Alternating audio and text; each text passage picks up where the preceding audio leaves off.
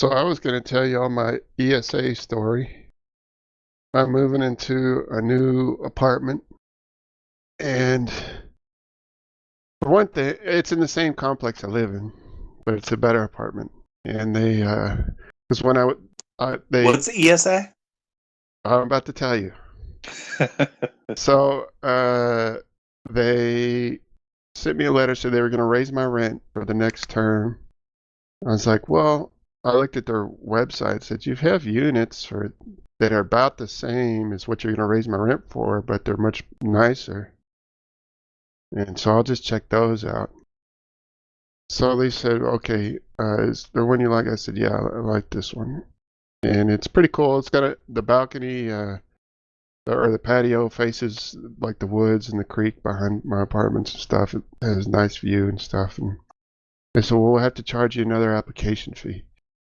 I said, well, all right, I paid that when I moved in. I live here. What do you mean an application fee? Well, that's just corporate policy. I was like, you serious? And they said, yeah, there's nothing we can do about it. I said, okay. I said, we'll have to charge you an admin fee too, so we can process your application. I said, well, what does the application fee cover, you know? What the hell? And so they did that, and then they said, well, you still have that cat? And I said, yeah. So, well, you had to pay a pet deposit, pet rent. I said, well, fuck this. I'm not doing that. So they're already screwing me. So my girlfriend told me about this. One of her friends registered her cat as an emotional support animal. And it's illegal for places to charge you pet deposits and pet rent if you have an ESA, because ESA is no longer seen as a pet, but as a utility animal. I said, awesome. So we have like this telehealth thing through our insurance. So I contacted them. And I said, I need to get my cat registered as emotional support animal. She said, well, we don't do that because I'm just a nurse practitioner. You need to go see a therapist. I said, well, do they have like teletherapists that are in the network or something? She goes, well, I usually recommend this service. It's called so-and-so. I don't want to mention it. But if you need to know, you can always contact me outside of the show. I said, okay. So I contacted them, and I said, you have to like fill out a questionnaire. Are you anxious? Are you stressed? Are you depressed? So I said, yeah, whatever. I'd never seen a therapist in my life, so I don't know what to tell them, you know. And so they email me back and say, okay, we'll make an appointment with the therapist. It's $149, and there's a 1% chance that you won't get your letter. So those are pretty good odds. So I used my insurance to pay the $149 for the therapist appointment, because it's a real therapist, you know, and it's just for pet documentation. And so the therapist said, okay, I'm going to call you so-and-so time. They called me, and they said, do you have problems getting out of bed in the morning if your animal is not there with you? And I said, yeah. And she said, are you feel less motivated without your animal? And I said, yeah. And not knowing, of course, she doesn't know that my fucking animal is probably the biggest stressor in my life. There's so much shit that's wrong with him that I have to take care of and empty my bank account for. So anyway, they ask you all these leading questions, and it's so easy. You just say yes, yes, yes, yes. Okay, well, it looks like you are qualified for this documentation. So 2 days later, I get this document. Here, I'll read it to you, because I thought it was going to say, you know, so-and-so is in need of emotional support animal certified by, you know, this therapist at this time, and it's good for this amount of time and all that stuff. But no, it is so specific. It's crazy. It's embarrassing. I didn't want to give it to him, you know, because it says all these details. It's like, that doesn't even seem legal, you know. Let me find it here. Actually, once you have the animal certified there may be a question whether you actually have to do anything beyond that. Well, they need this letter. The apartments need this letter as documentation or proof. Okay, but I'm just saying. I don't think they can ask for a proof. I think you just have to say it. Yeah, Are you sure? That's what I've heard. The HIPAA violation, yeah. Let me see. Texas ESA law. Actually, it's like asking what medications you're on. That's a definite no-no.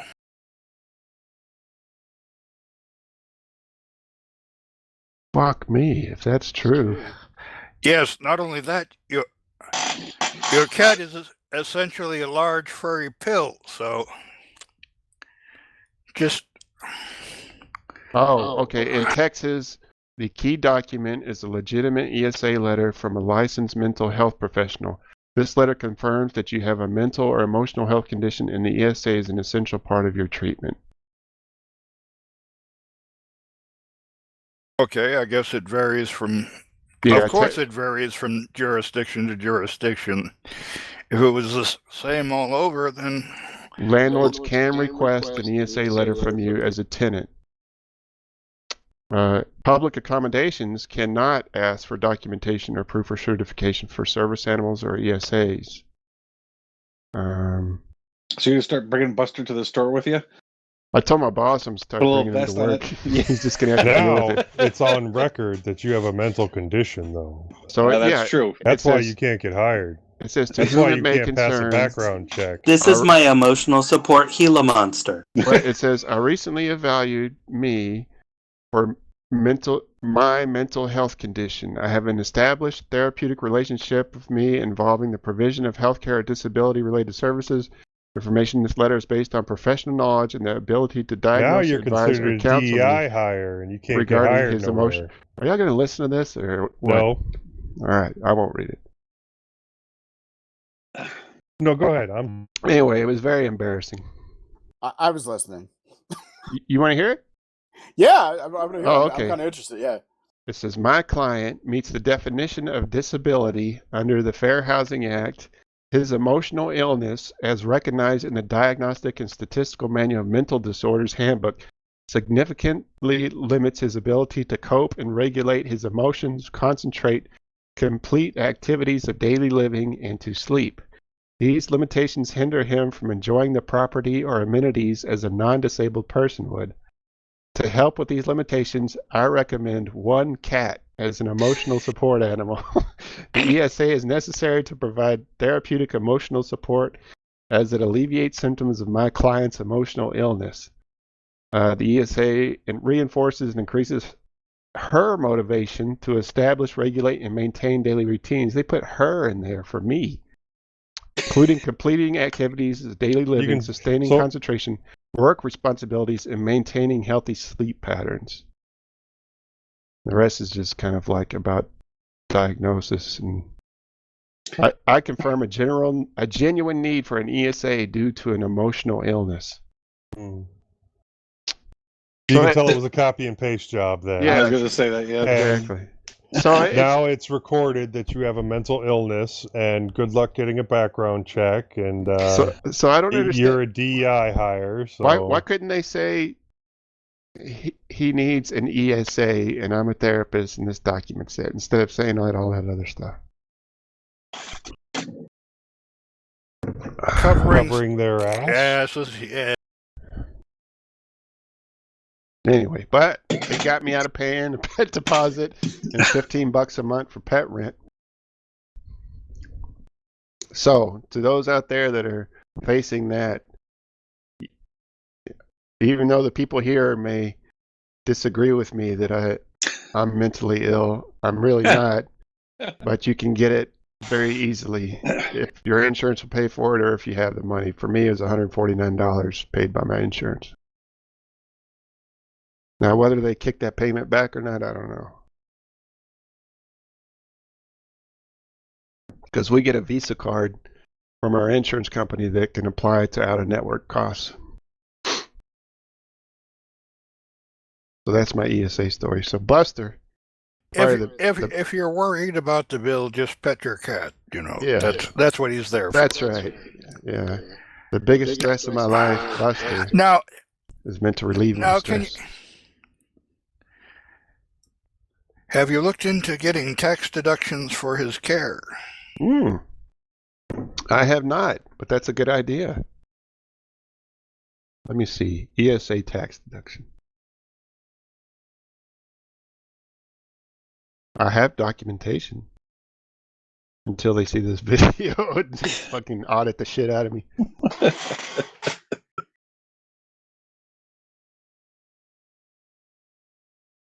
long as my apartments don't see this video. Okay, emotional support animal tax deduction. Although they provide valuable comfort and support, the IRS does not categorize these expenses as qualifying medical expenses. As a result, costs associated with the care and maintenance of emotional support animals typically cannot be deducted. Damn it. Son of a bitch.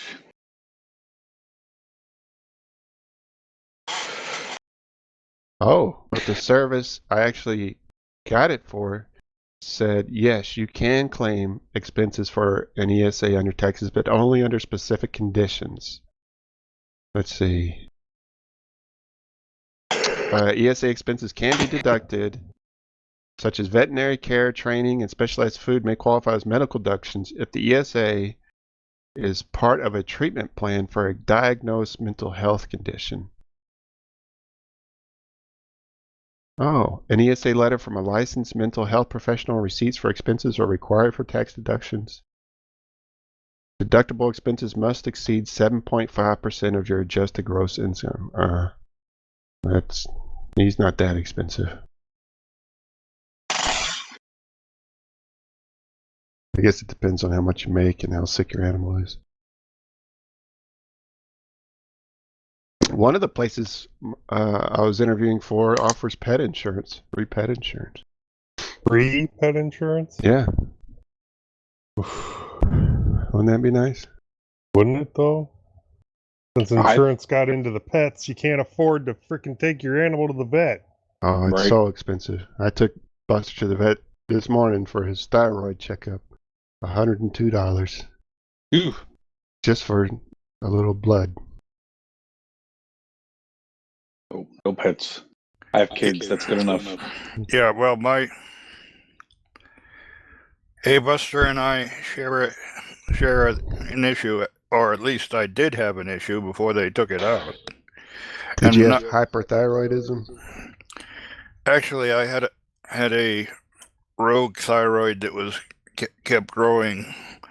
They did a reduction, and then they examined me 10 years later and said, "This thing just ain't getting with the program. We got to remove it." So are you on artificial thyroid now? On artificial thyroid hormone? Yeah. My mother, I don't know, she had thyroid surgery. My brother has a cyst or something on his thyroid, so they're going to biopsy that. But it's been a family thing. Not only that, the woman he married and her daughter have thyroid issues, even though that they're in no way related to us. But I guess it's fairly common. Buster has an overactive thyroid, so he has to take methimazole, which is kind of a thyroid inhibitor. But he has definitely put on weight since he started taking it because he was getting super skinny. I have an underactive thyroid, but it's not clinically underactive, so they don't need to treat it yet. So they always test for that when I get my physical. Yeah, if your thyroid is overactive by nature, it sort of like supercharges your system, and your metabolism is going vroom.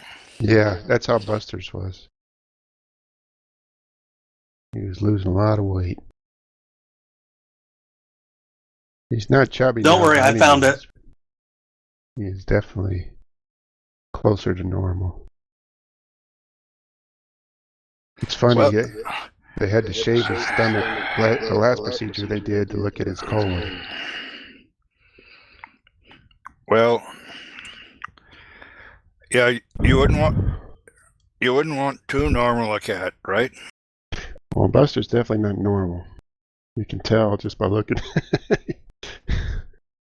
You can see him now.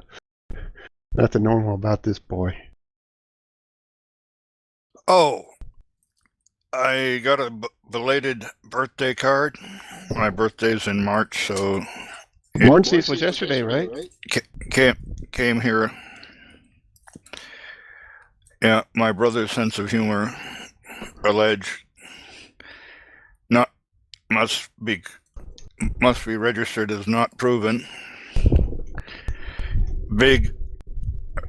A rather large birthday card says, "In dog years, you're dead."